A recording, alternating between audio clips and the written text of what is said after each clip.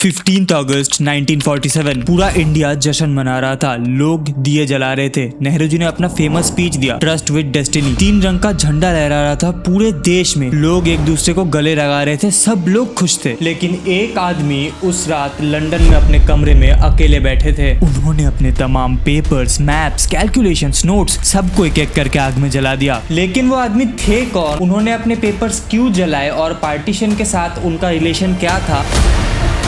The partition of 1947.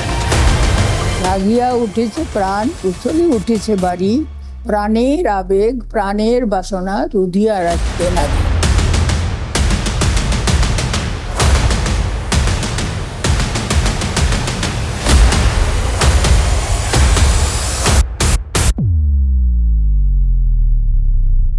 12 से 20 million लोग एक ही बारी में अपने घर खो बैठे। ह्यूमन हिस्ट्री का सबसे बड़ा मास माइग्रेशन में से एक। एस्टिमेटेडली 2 लाख से लेकर के 20 लाख लोग मारे गए। 75,000 से लेकर के 1 लाख औरतें दोनों तरफ से अबडक्ट हुई। हिंदू, मुस्लिम, सिख सारे कम्युनिटीज ने किया। मार्शल प्लान, वर्ल्ड वॉर 2 के बाद यूरोप रिबिल्ड के लिए बिलियंस ऑफ डॉलर्स दिए गए। पैलेस्टाइन के लिए यूएन रेजोल्यूशंस, हॉलोकॉस्ट सर्वाइवल्स के लिए इंटरनेशनल ट्रिब्यूनल। आपने पार्टीशन का पॉलिटिकल स्टोरीज तो बहुत सुना होगा। जिन्ना विलन, गांधी जी हीरो, नेहरू जी का एम्बिशन, ब्रिटिशर्स का चाल, सब कुछ।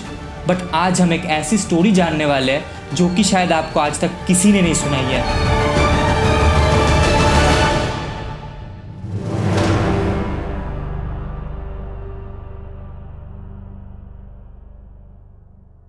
तो शुरू करते हैं जुलाई 1947 से। सर सिरिल रैटक्लिफ, लंदन के एक सीनियर लॉयर। ये वही आदमी थे जिनके हाथ में पार्टीशन की बाउंड्री ड्रॉ करने का पूरी जिम्मेदारी दी गई थी। अब एक बात सोचिए, इस आदमी ने कभी ये देश देखा तक नहीं था, यहाँ आए तक नहीं थे, इंडिया की ज्योग्राफी के बारे में नहीं पता था, कल्चर के बारे में नहीं पता था, और इस आदमी को जुलाई 1947 में बुलाया गया और बोला गया इंडिया और पाकिस्तान के बीच में बॉर्डर खींचना है और वक्त सिर्फ 5 हफ्ते। जिस जमीन पर सदियों से हिंदू, मुस्लिम, सिख सब लोग साथ रह रहे थे, उस रिश्ते को काटने के लिए एक आदमी को सिर्फ 5 हफ्ते मिला और 1931 का एक आउटडेटेड मैप मिला एंड एक पॉपुलेशन डेटा। बस लाहौर पार्टीशन से पहले ओवरऑल पॉपुलेशन में मुस्लिम मेजोरिटी थी, लगभग 64.5%। लेकिन लाहौर की प्रॉपर्टी की ज्यादातर हिस्सा हिंदू और सिख मर्चेंट के पास थी। शहर की इकोनॉमी उनके ही हाथों में थी। तो अब रैटक्लिफ के सामने एक प्रॉब्लम थी। पॉपुलेशन के हिसाब से लाहौर पाकिस्तान को जाना चाहिए, बट इकोनॉमिक हिसाब से इंडिया के पास। लाहौर पाकिस्तान को चली गई। अब आते हैं एक बात पे जो कि उस वक्त सबसे छुपाई गई थी। बॉर्डर रेडी थी, मैप रेडी था। 9 अगस्त को रैटक्लिफ ने ऑफिशियल मैप माउंटबेटन को सबमिट कर दिया था, लेकिन बॉर्डर अनाउंस नहीं की गई। 14 अगस्त को पाकिस्तान आजाद हुआ, लोगों ने जश्न मनाया। 15 अगस्त को इंडिया आजाद हुआ, नेहरू जी ने स्पीच दिया, लोग यहाँ भी खुश थे। दोनों तरफ के लोग उस वक्त जश्न मना रहे थे। 17 अगस्त को बॉर्डर अनाउंस हुई और जो कम्युनल वायलेंस पहले लाखों में थी, बॉर्डर अनाउंस होते ही उस आग में और घी डल गई और वायलेंस पहले से कई गुना ज्यादा बढ़ गया। रैटक्लिफ ने आगे क्या किया उसके बारे में हम बात करते हैं, लेकिन उससे पहले और एक कहानी सुनिए। 75,000 से लेकर के 1 लाख औरतों का जो अबडक्शन हुआ उसके बारे में तो आप लोगों ने सुना ही होगा या फिर कहीं ना कहीं पढ़ा होगा। बट आगे हम जो कहानी सुनने वाले हैं वो सुनने के बाद शायद आप लोग थोड़ी देर के लिए चौंक जाए।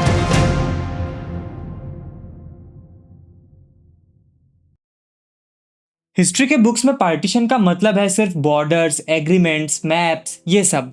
बट अगर आप उस टाइम के किसी सर्वाइवर से पूछो तो वो शायद सबसे पहले ये औरतों की कहानी बताने वाले हैं। ऑफिशियल हिस्टोरिकल रिकॉर्ड्स के मुताबिक पार्टीशन के टाइम 75,000 से लेकर के 1 लाख औरतों को अबडक्ट की गई। दोनों तरफ से हिंदू, मुस्लिम, सिख सब कम्युनिटीज ने किया। ये कोई एक्सीडेंट नहीं था, ये एक वेपन था एक कम्युनिटी का दूसरे कम्युनिटी को ह्यूमिलिएट करने का। लेकिन औरतों का पार्टीशन का सबसे दर्दनाक हिस्सा शायद अबडॉक्शन नहीं था। सबसे दर्दनाक हिस्सा तो ये था कि पंजाब में जब काफिले पे रायट्स होते थे, जब मॉब आते थे, तो कुछ फैमिलीज अपने ही औरतों को खुद ही मार देते थे। अब एक और चीज बताता हूँ।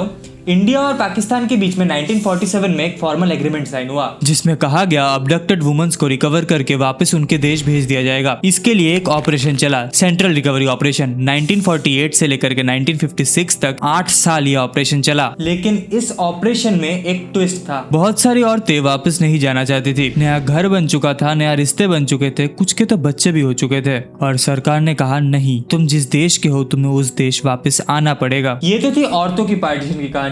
बट अभी हम एक ऐसी कम्युनिटी के बारे में बात करने वाले हैं जिनको ना लूटा गया ना मारा गया, बट इन लोगों ने रातों रात अपनी सारी प्रॉपर्टीज खो दी। और इनके कहानी में एक ऐसा ट्विस्ट है जो कि आप लोगों को बहुत ज्यादा इंस्पायर करेगा।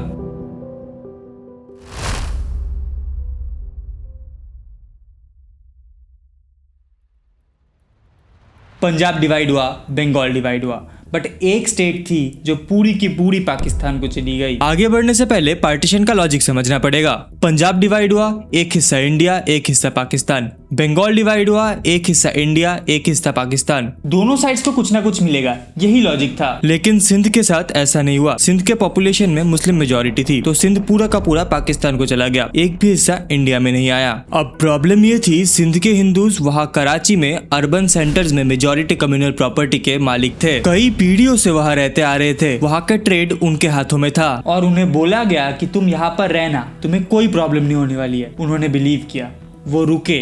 फिर आया 17 दिसंबर 1947 हैदराबाद सिंध में रायोट्स। फिर आया 6 जनवरी 1948 कराची में रायोट्स। एक सिंधी हिंदू सर्वाइवर ने अपनी डायरी में ये भी लिखा था कि हम सोए तो सिंध थे, लेकिन उठे तो रेफ्यूजी बन गए। रात भर में पूरी आइडेंटिटी चेंज। 12 से 14 लाख सिंधी हिंदूज इंडिया आए। लेकिन यहाँ एक प्रॉब्लम थी जो कि बंगाल और पंजाब के रेफ्यूजीज के लिए नहीं थी। पंजाब के रेफ्यूजीज के लिए इंडिया में पंजाब था, लैंग्वेज सेम, लोग सेम। बंगाल के रेफ्यूजीज के लिए भी सेम, वेस्ट बंगाल था, सब कुछ अपना। सिंधी हिंदूज के लिए कोई इंडियन सिंध नहीं थी और उनकी प्रॉपर्टीज जो कराची में थी, इवैक्यूएशन लॉज और बाकी लीगल एग्रीमेंट्स की वजह से बहुत सारी प्रॉपर्टीज उनके कंट्रोल से बाहर चली गई। बहुत से लोग अपने प्रॉपर्टीज कभी वापस ले ही नहीं पाए। लेकिन यहाँ से कहानी बहुत इंटरेस्टिंग हो जाती है। एक आदमी थे, उनका नाम था भाई प्रताप, एक सिंधी बिजनेसमैन, खुद एक रेफ्यूजी थे, सब कुछ खो चुके थे। ये आदमी गांधी जी के पास आए और गांधी जी के मदद से कच्छ के महाराव से जमीन मांगी। उनको एक पोर्ट बनाना था। लोग हंसे होंगे कि एक रेफ्यूजी आदमी पोर्ट बनाने चला है, कहाँ से लाएगा इतना पैसा। भाई प्रताप ने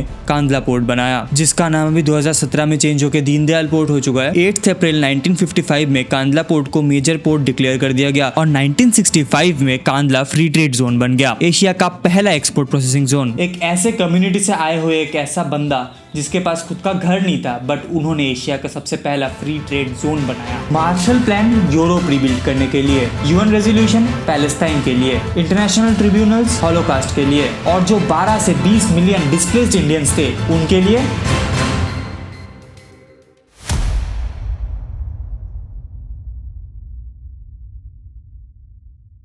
एक मिनट, आप अगर इस वीडियो को यहाँ तक देख रहे हो तो शायद आपको ये वीडियो बहुत ज्यादा एंगेजिंग लग रही होगी, और इसके पीछे का एक बहुत बड़ा रीजन है एडिटिंग। अगर आप भी एक कंटेंट क्रिएटर या फिर एक स्टार्टअप फाउंडर हो तो आप अपने वीडियोस को और अपने एड्स को अब वीडियो एडिटिंग के थ्रू इतना ही एंगेजिंग बना सकते हो। लेकिन प्रॉब्लम ये है कि मार्केट में जो लोग अपने आप को एडिटर बोलते हैं उनमें से बहुत सारे लोगों को एडिटिंग की साइकोलॉजी पता ही नहीं होती है, और इसी वजह से serious content creator and new startup founders को वीडियो एडिटर्स ढूंढने में बहुत ज्यादा डिफिकल्टी आती है। तो इसी प्रॉब्लम को सॉल्व करने के लिए हम लेके आ चुके हैं रिफाइंड राइट्स। रिफाइंड पर हम सिर्फ एक्सपीरियंस्ड एडिटर के साथ ही काम करते हैं। आपके कंटेंट और आपके गोल को समझने के बाद हम आपके लिए बेस्ट एडिटर्स ढूंढ के उनका पोर्टफोलियो आपके साथ शेयर करते हैं, ताकि आप अपने प्रोजेक्ट के लिए एक बेस्ट एडिटर ढूंढ पाए। चाहे आप YouTube पर वीडियोस बनाते हो या फिर दूसरे सोशल मीडिया प्लेटफॉर्म्स पर वीडियो बनाते हो या फिर अपने स्टार्टअप के लिए प्रमोशनल वीडियो बनाना चाहते हो। हमारा गोल सिर्फ एडिटिंग को प्रोवाइड करवाना नहीं, हमारा गोल ये है कि हम आपके कंटेंट को और ज्यादा बेहतर परफॉर्म करवा पाए। तो अगर आप भी अपने कंटेंट को एकदम नेक्स्ट लेवल लेके जाना चाहते हो तो अभी क्या भी रिफाइंड राइट्स के वेबसाइट पे जाकर के शुरुआत कीजिए। अभी टॉपिक पे वापस आते हैं। एक छोटा सा एग्जांपल देके समझाता हूँ। सोचो एक फैक्ट्री है, फैक्ट्री को काम करने के लिए दो चीज चाहिए, एक रॉ मटेरियल और दूसरा मशीन। पार्टीशन में एग्जैक्टली यही हुआ, रॉ मटेरियल एक तरफ चली गई और प्रोसेसिंग यूनिट दूसरी तरफ।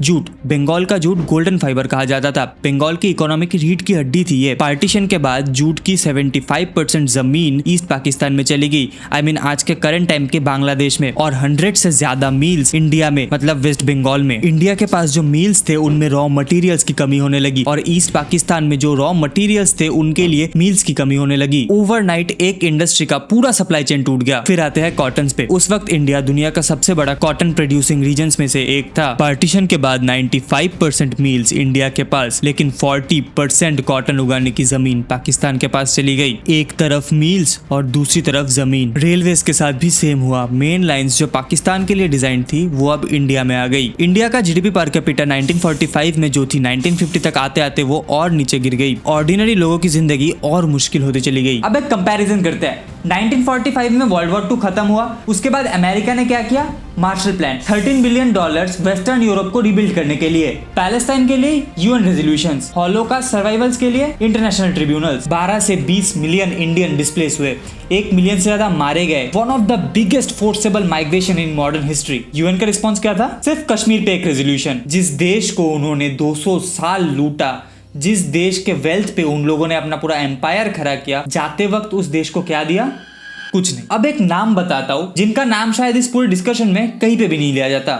Doctor B R. अम्बेडकर। 1941 से लेकर 1946 के बीच में उन्होंने एक किताब लिखा जिसका नाम था थॉट्स ऑन पाकिस्तान। इस किताब में उन्होंने कहा था अगर पार्टीशन होनी है तो सिर्फ लाइन खींच के नहीं होनी चाहिए, पॉपुलेशन भी एक्सचेंज होनी चाहिए, ग्रीस और टर्की की तरह, प्लान्ड कंट्रोल्ड ह्यूमन माइग्रेशन। उनका लॉजिक था अगर हम 2 कंट्रीज को रिलीजियस लाइन पे बांट रहे हैं एंड उन दोनों कंट्रीज में लोग सेम रह रहे हैं, जो टेंशंस है वो कम नहीं होगी, वो उल्टा बढ़ जाएगी। और एग्जैक्टली हमें वही देखने को मिला। ये चीज सुन के शायद आपको थोड़ा अजीब लगेगा, बट इस एक पॉइंट पे जिन्ना और अम्बेडकर दोनों ही एग्री करते थे। दोनों ही कहते थे कि फोर्स्ड यूनिटी लॉन्ग टर्म के लिए काम नहीं करता है। और अम्बेडकर जी ने ये भी प्रेडिक्ट किया था कि पार्टीशन के बाद दलित दोनों ही कंट्री में सफर करने वाली है, और एग्जैक्टली वही हुआ। अब वापस आते हैं उस आदमी के कहानी पे जिनके हाथों ये पार्टीशन हुआ।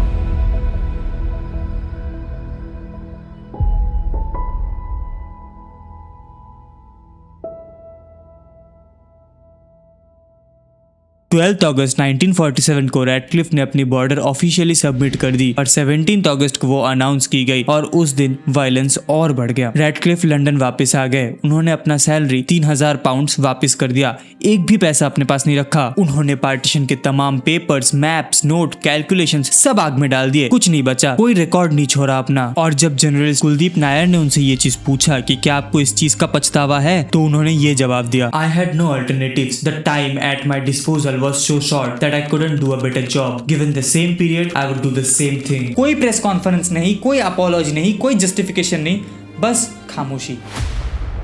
ये थी पार्टीशन की वो कहानी जो शायद किसी ने नहीं सुनाई है। एक आदमी जिन्होंने 5 हफ्ते में कुछ लाइंस खींचे और उसके वजह से लाखों करोड़ों लोगों की जिंदगी तबाह हो गई। कुछ औरतें जिन्होंने की शायद पार्टीशन का सबसे ज्यादा दर्द झेला, बट वो कभी फ्रंट लाइन पे नहीं आ पाई। एक कम्युनिटी जिसके पास घर नहीं था बट उसने पूरी दुनिया को अपना घर बना लिया। एक इकोनॉमी जो ओवरनाइट कोलैप्स हो गई। एक आदमी जिन्होंने शायद सब कुछ बहुत पहले ही प्रेडिक्ट कर दिया था। पार्टीशन की पॉलिटिकल स्टोरीज तो हम सब जानते हैं, बट पार्टीशन का ये साइड शायद बहुत कम लोगों ने बताया होगा। लेकिन एक सवाल जो कि अभी भी मन में रह जाता है कि क्या पार्टीशन उस वक्त अवॉइड हो सकती थी? आपका क्या थॉट्स है, आप जरूर से कमेंट सेक्शन में बताना। तो आज के इस डॉक्यूमेंट्री को हम यहीं पे एंड करते हैं।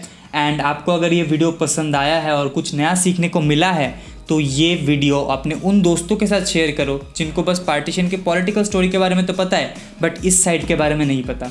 और अगर आप लोगों को वीडियो सच में बहुत ज़्यादा पसंद आया तो इस वीडियो को एक लाइक करना, और ऐसे ही अगर डॉक्यूमेंट्रीज देखना है और मेरे साथ जुड़े रहना है तो इस चैनल को सब्सक्राइब कर देना। बाकी मैं मिलता हूँ आप लोगों से नेक्स्ट ऐसे ही एक क्रेजी डॉक्यूमेंट्री के साथ। तब तक के लिए जय हिंद, जय भारत, बाय बाय।